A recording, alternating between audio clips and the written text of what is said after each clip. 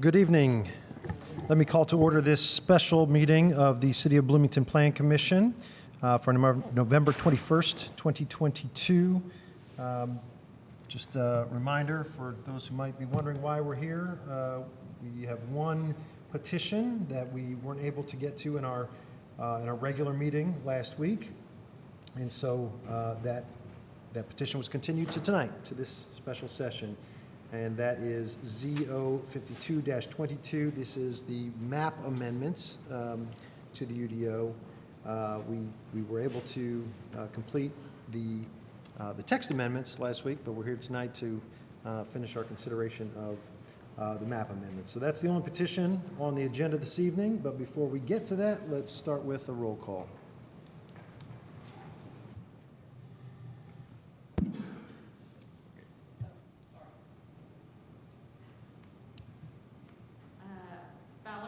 Here. Burrell. Here. Seaboard. Here. Is Cockrum on? Herrera. Here. Kinsey. Here. Smith. Here. Whistler. Here. That looks like that's all we got. All right. Well, we do have a quorum, so we will proceed.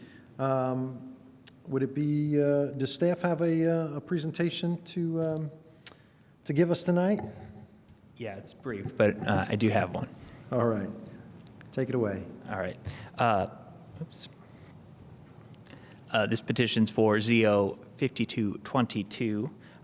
The resolution that we spoke about last week from council also had a second part. There were the 8 items that needed to be addressed, and then the map amendment portion. The district boundaries are outlined here in red, has 2nd Street to the north, and hang on. The exact language, give me one split second. There you go. Located the overlay to establish in 2217 resolution identified the overlay district boundaries should apply to the zoning districts MM, MN, MI, and RM lots within the adjacent or within or adjacent to the area starting from 2nd Street to Walker to 1st to Jackson, the unimproved portion, and Wiley Street to Rogers to 1st and to Morton Street. So that is the proposed district boundaries. There we go. As always, zoning map amendments have the following criteria that Plan Commission has to review. The recommendations of the comprehensive plan must be considered, current condition and character of structures and uses in each zoning district, the most desirable use for which the land in each zoning district is adapted, the conservation of sensitive environmental features, the conservation of property values throughout the jurisdiction, and responsible growth and development. We've written positive findings for each. I could go over those individually, but they basically say that it meets the comp plan and there are no environmental sensitive features, and this is the expectation as written from the comprehensive plan. So with that, the Planning and Transportation Department recommends that the Plan Commission approve the requested waiver of a second hearing and forward ZO 5222 to Common Council with a positive recommendation. Thank you. Are there any questions from commissioners?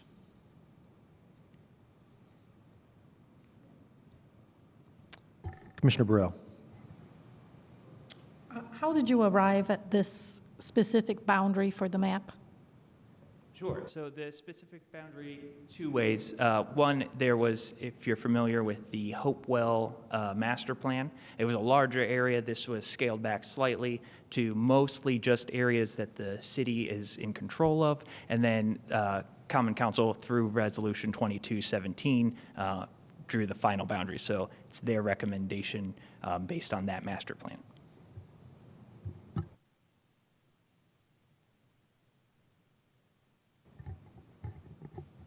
Commissioner Kinsey? Can staff at least describe a little bit more about what happens for properties that are currently in this overlay that don't conform to what's listed in there? What's the process for any exceptions or variances related to that, should those property owners want to do something different? Sure. So the rules of the overlay are exactly the same as the rest of the zoning district. So variances are still on the table. There's minor modifications which this board can grant. So yeah, there's also the limited compliance and full compliance portions of the UDO still apply. So those things will still be in effect. So if the site isn't changing so much, then they can continue operation as is without needing to change much. So those rules are still in place. And then from there, anything that would happen elsewhere in the city would apply here. So. Okay. Thank you, Ren. Any other questions? Commissioner Seabour. I think that that staff just said this, but just to verify that this map and the boundaries were proposed by City Council in their resolution to us. I just wanted to make sure I got that part. Yeah, you've got it exactly right. They were the people who decided what the boundaries you would see in this resolution, from this resolution were. So they drafted those, and Director Robinson may have extra to add. Scott Robinson, Director of Planning and Transportation. If we could rewind to last year when we brought forward some UDO amendments, there were specific ones that were targeted within this area. Council didn't agree with that and rejected those because they wanted to create an overlay district, so they passed that resolution. And during that process, working with staff, that's both the text amendments and the boundary map. That's what was arrived at. We started with a much smaller area. Again, council unanimously pretty much wanted a much larger area because they felt like it was important for the larger concept of Hopewell. So.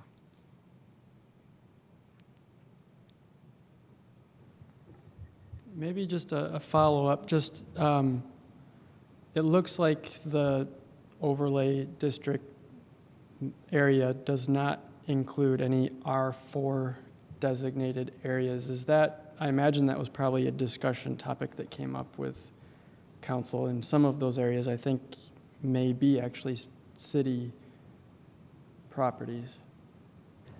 That's correct. The final boundaries as shown do not include the R4 portion, which is under city ownership. You can see it right next to the little southern jut out that is RM. It's to the west of that, on your left-hand side.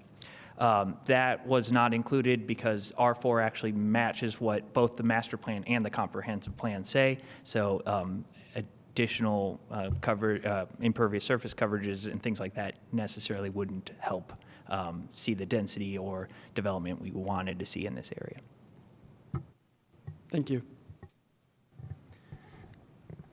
Maybe just one more follow-up on that, just to make sure that I understand. So this map that we're seeing is the result of collaboration between staff and members of the city council, but this is not something that has been formally adopted by the council yet. That's correct, yep. They sent it to you guys with the resolution for your review, and then it'll go back to them. But we crafted it alongside of council. But the resolution, did the resolution include these specific boundaries? Yes, these exact boundaries. Okay.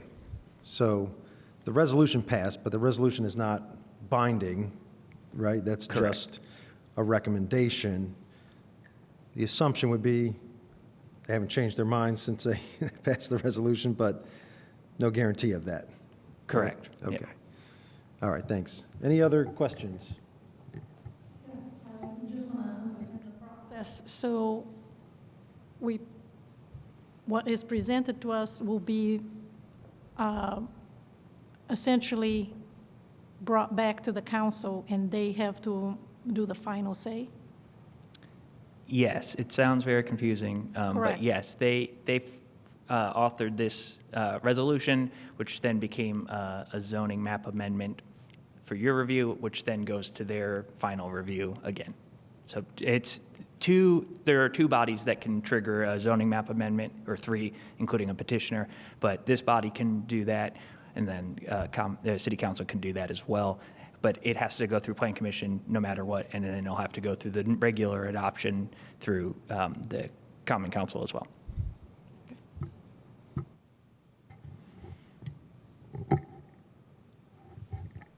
Last call for questions. One last Commissioner call. Smith, go ahead. Of course, I'm on the common council, and so I went through that process. But can you tell me about you said it was smaller before, and I know there were, the boundaries were smaller. Is that correct? Yeah, when you saw this a few months ago, there was only the MM portion of the map, not the entire boundary. You guys discussed it with staff and saw the need for a larger overlay. So that's what we agreed on. And how does this impact the zoning, what we're trying to vote on tonight? What is that, those boundaries, how does that impact the zoning petition? It really just includes more territory or square footage than before? Or is there some other things to consider in the larger boundary? So that question, it's hard to answer. It is different than it was before because it's larger than what was originally proposed, but it also comes with the overlay district in its entirety, which you voted on last time. So it'll have more rules than what were originally proposed, which was just an impervious surface increase for the MM district. Now this includes additional districts and those additional rules which you approved last time, or recommended upon last time. So yeah, it's a larger scope, and both in size and in total scope. Okay, thank you.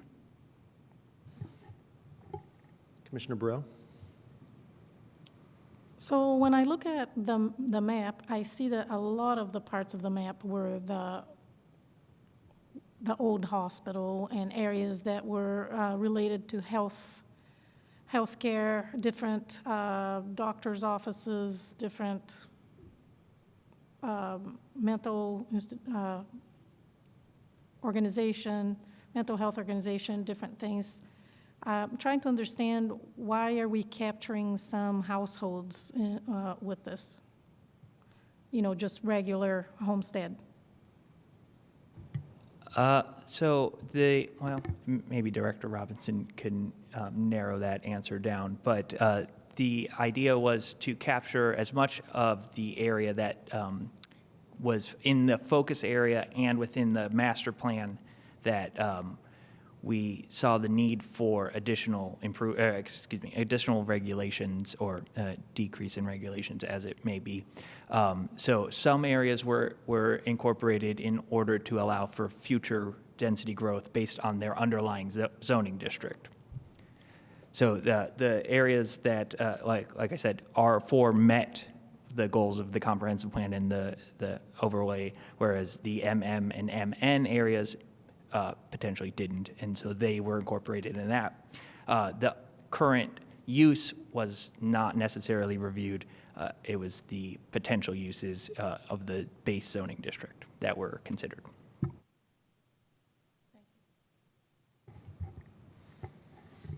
Any additional questions? All right, seeing none, then we will go to public comment on ZO52-22. If you are here in the chambers and you would like to make comment, just step up to the podium, state your name for the record, and you will have 5 minutes to comment. If you're online, joining us remotely, just click on that reactions button at the bottom of your screen, and then click on the raise hand button, and we will recognize you when it is your turn to speak. Go ahead. Good to go? Yes. My name is Dave Askins with the B Square Bulletin. I just have a question about how you could log on to this meeting online.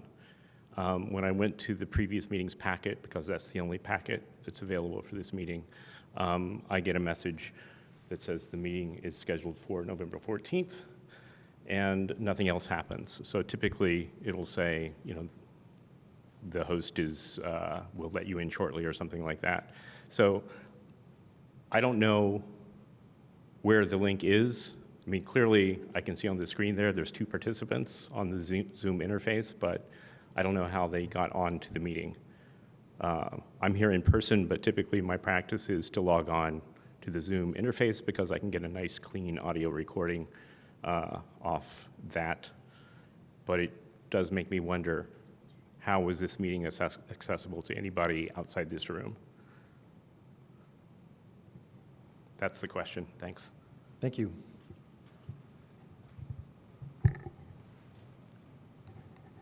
Additional public comment. Good evening. My name's Chris Huntington. I'm one of the property owners in an area that's going to be affected with this, and I made a few comments last week, so I'll start by saying hello again.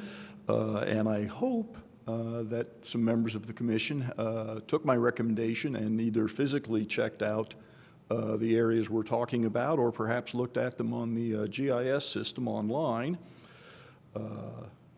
and or might take advantage of any additional opportunities to do so. Making some comments in relation to some of the questions that were asked and so forth, in my opinion, in my mind, there's really kind of 4 things that have been dealt with between this petition and the previous text amendment condition, and mostly, while they're all interrelated, they are still discrete subjects. The catalyst of this being the Hopewell redevelopment, and I don't think there's any question that there are a lot of the things that have been addressed both in the TRO language was examined last week, as well as the zoning here is going to apply to Hopewell and was generated to apply to Hopewell. And there's, in my opinion, no reason it shouldn't apply to Hopewell because it really doesn't affect anybody except the Hopewell project. In going on, it was expanded, as we've heard, to generate the TRO overlay, which I have to point out, and I confess I was out of town for a funeral, was that has not yet been approved by the City Council officially? Okay, so I wish to point out this, and I'll touch on it a little bit later. We're now asking, or the council is now being, or commission is now being asked to approve something that's going to be subject to this TRO, and the TRO is not official. I would not anticipate there would be major changes by the council. In fact, I highly doubt there are, but there is that possibility. So effectively, by approving this recommendation, you're saying, yeah, do this under the TRO language that we said was okay last week, but is not yet official.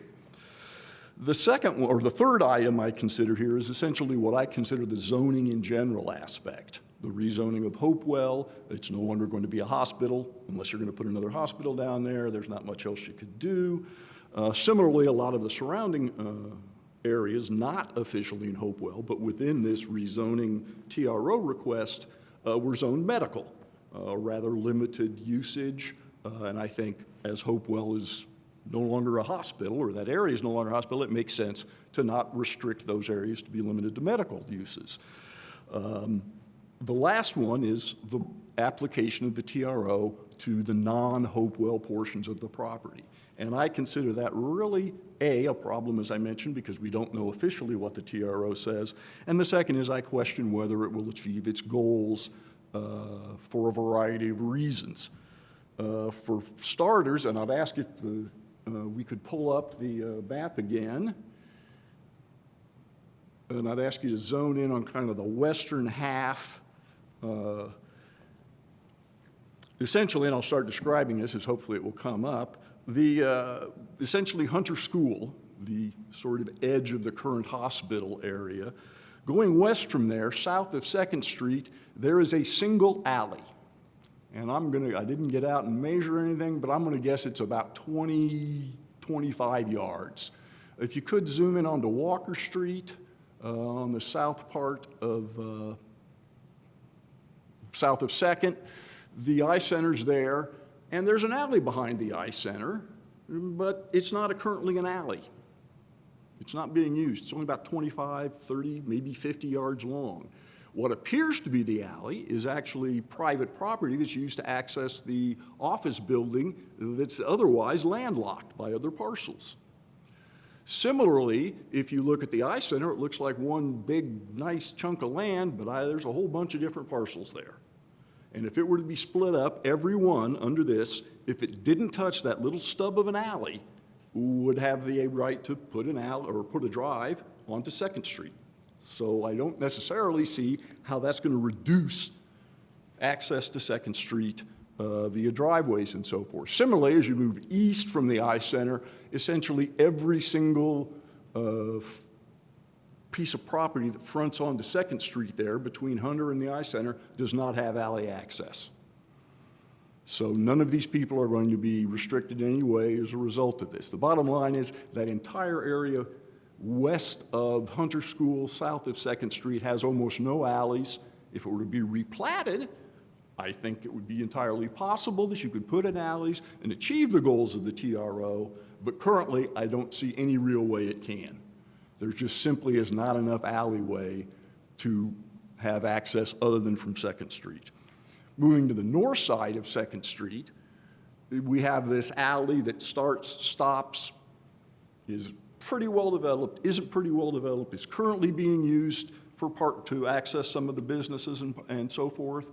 But it's a little problematic. As I pointed out last week, A, it's not in the greatest shape, and B, there is a pretty severe grade from that alley to Second Street. And that currently, for example, the Mary M's building, which is at Madison, I believe, Madison and Second, they have an access off of Madison and off of Second Street and off of the alley. Now, the alley accesses directly parking, which is at about the second story of the building. And under this requirement, they'd somehow have to have an access off of this alleyway that presumably comes down to the Second Street grade, and it would be very difficult to build there. Thank you for your time. Thank you. Are there any additional public comments?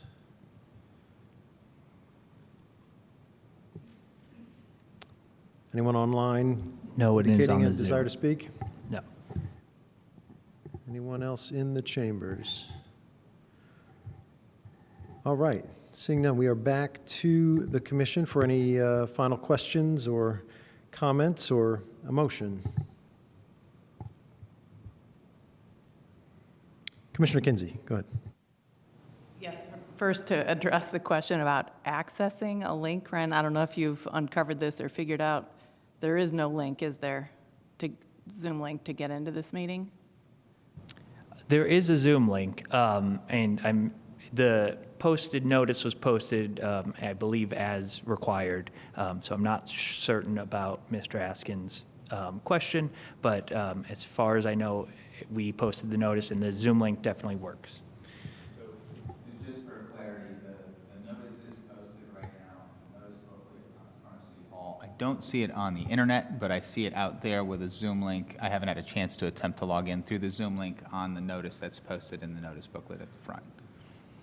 The Zoom link was definitely included in the packet, and that same link was included in the posted notice, is what you're saying? The Zoom link is on the posted notice. I've not had an opportunity to attempt yet to log in. Just Sure. things are moving in real time right now, so.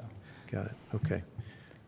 But This is a little bit out of order, but I understand. I'll allow it. That's why I'm not talking yet. Yeah, Mr. Askins, if you'd like to So clarify. The link that was in the previous meeting packet is timed for November 14th. So when Correct. you click on that, you go to November 14th and nothing happens. Nobody lets you in. So whatever link that might be on the paper notice that is in the flip folder would require somebody to look at the thing and type it in manually. Right, The meeting itself doesn't appear on the digital calendar. I wasn't even aware that the meeting was taking place, except that I happened to be at the RDC meeting, and I said, wow, City Council chambers set up for Plan Commission. I wonder what they're doing. Right. So I think that this meeting is problematic. Got it. Thank you. Thanks. Yeah, well, we will definitely look into it and make sure that we've covered all our bases. Obviously, there is a link, and it was posted. Whether or not whether it was accessible online is something I think we'll look into and make sure that we've got all of our I's dotted and T's crossed there. But appreciate you bringing that to our attention. Did you have an additional question? I was remembering Mr. Icker saying at the end of the meeting last time that the notice was also given at the end of our previous meeting. Is that also part of the notice? Yeah, so you continued, you'll recall, I think all 7 of you were here at, I don't remember what time it was, 9:45 PM last Monday, and an announcement was made. I think some of the same faces are in the chamber who were there at the time, but an announcement was made that this petition would be considered tonight, so that anybody who might have gotten notice of that public hearing and attended and waited for this particular zone map amendment request would have notice that, in fact, that public hearing was being continued, which is something that you can do. The Plan Commission is entitled to continue public hearings from time to time, provided that you go ahead and let people who are attending the meeting and present at the meeting know when it's going to be continued until, and I think President Whistler did just that, so. Right. Yes, we did announce the specific date and time that we would be continuing at the conclusion of the last meeting, for sure. Well, and then in terms of the more substantive matter that Chris Huntington raises, several issues. One is maybe the staff could clarify the relationship between the TRO approval and text amendments and this map. It is an interesting process to figure out how do these work together, and if one gets approved and one doesn't, what happens? Sure. The reason they went in the order they did is for exactly that. The overlays rules and regulations were adopted first because they apply generally. You could, in theory, request this anywhere. And then we came right afterward with an actual district boundary. So that gets adopted second. Hopefully, if the Common Council or Plan Commission didn't see it fit, they would move it forward. But yes, the plan is that it will move forward. They'll read the regulations, find it suitable, and then it'll be just like any other zoning district in the zoning ordinance, and then it'll be adopted just like any other zoning map amendment. Just because they're on the same day shouldn't affect anything. It's similar to when the UDO and the zoning map were adopted at the same time. The zoning map obviously changed a few months later, but they were adopted at the same time the first time as well. So it's the same process. It's one and then the other, the rules and then the map. So hopefully that should prevent any establishment issues. And they'll certainly know exactly what they're voting for because the rules will be on their plate first. Great. And then the last bit is the real substance of the issues that Chris Huntington raised about the west side of the area and that those problematic alleyway accesses and then the one that's near 2nd and Madison. That does seem problematic. How will that be addressed? So yeah, we kind of talked about this a little bit last time. The alley rule, we just adopted straight from the resolution. It had pretty straightforward language. It wasn't a lot for staff to interpret or play with there. So Resolution 2217 asked for alleys, all properties to access alleys and all access to be derived from alleys. Those were 2 separate requests in the 8 that you saw.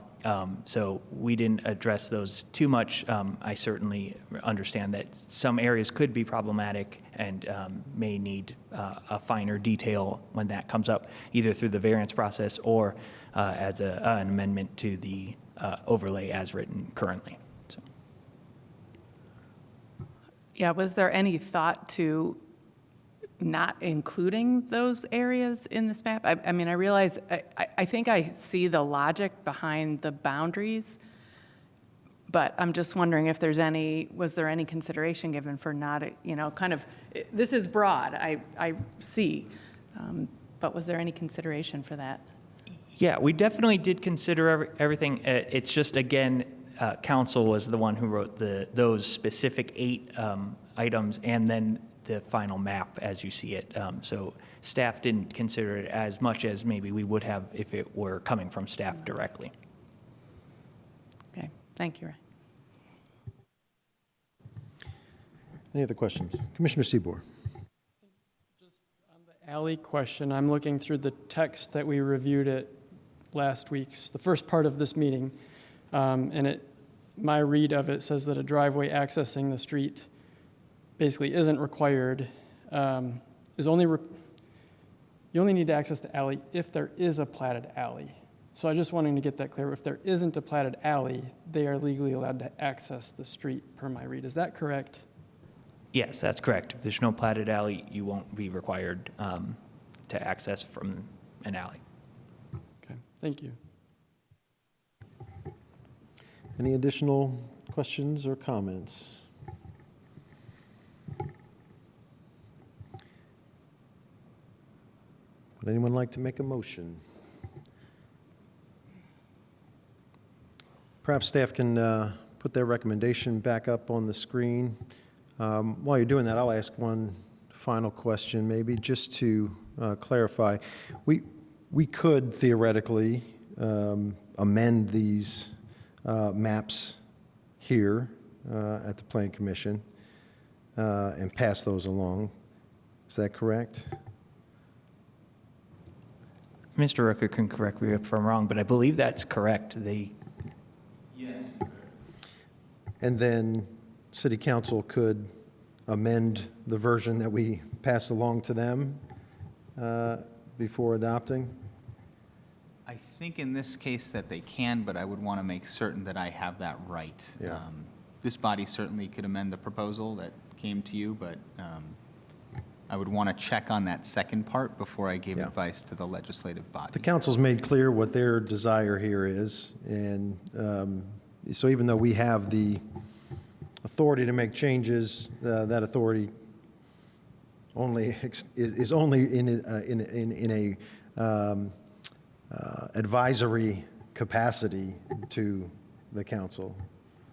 That's correct. The Plan Commission's role in a zone map amendment, I think we went over this just recently, is to just provide a recommendation to the City Council.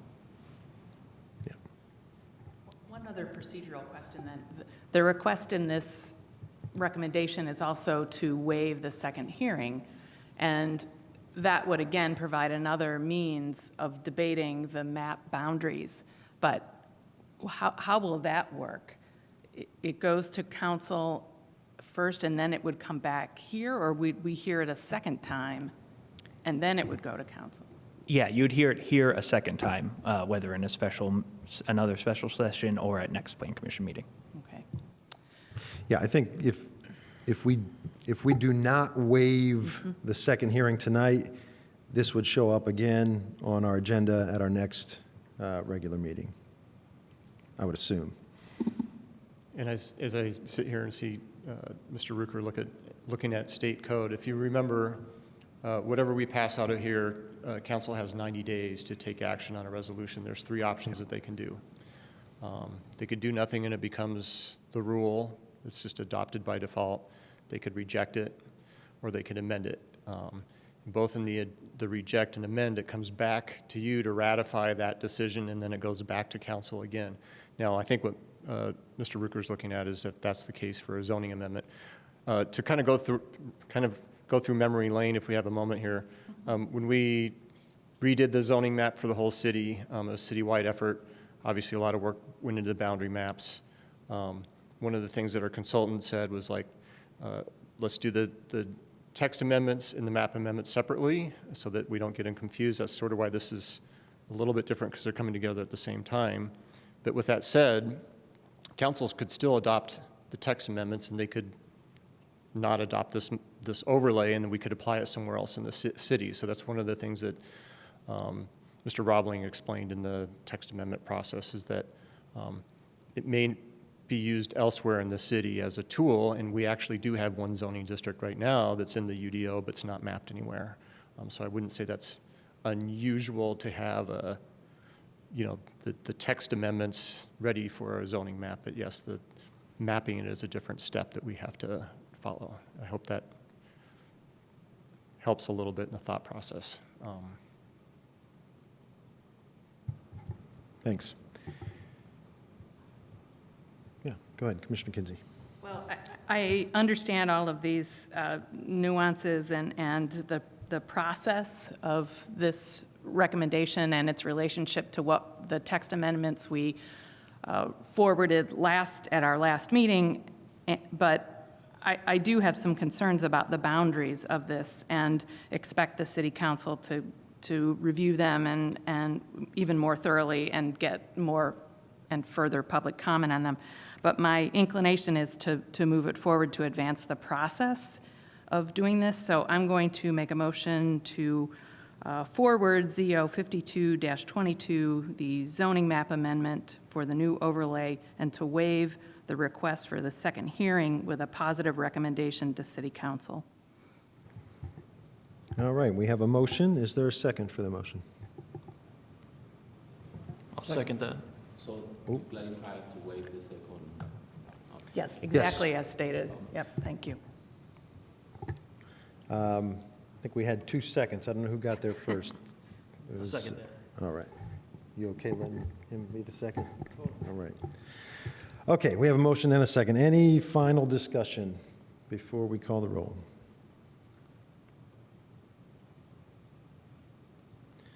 All right. Darla, please call the roll. Burrell, Yes. Herrera, Yes? Smith, Yes. Whistler, Yes. Kinsey, Yes, and Seaboard, Yes. and Ballard. Yes. Thank you. Okay, the motion carries. And that concludes our business tonight, unless there are any other announcements, points of information, questions, concerns? All right, we're adjourned. Thank you very